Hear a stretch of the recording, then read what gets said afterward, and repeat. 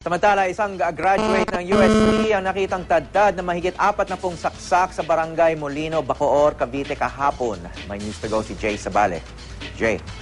Awi nakilala ang biktima na si Irish Magalang 20 anyos. Kakagraduate lang niya mula sa UST noong Marso.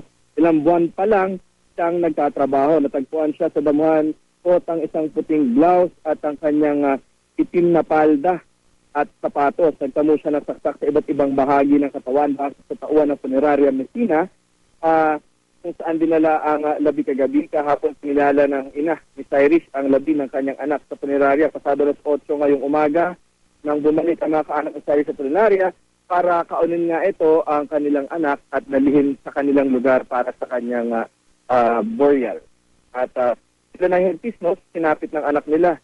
At sa ngayon po, ayon sa investigasyon ng mga polis, wala pa silang nakikitang motibo, ngunit meron silang mga leads na sinusundan.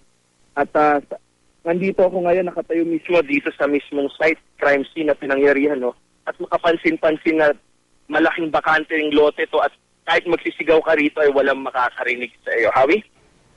Okay, maraming salamat, Jay Sabale.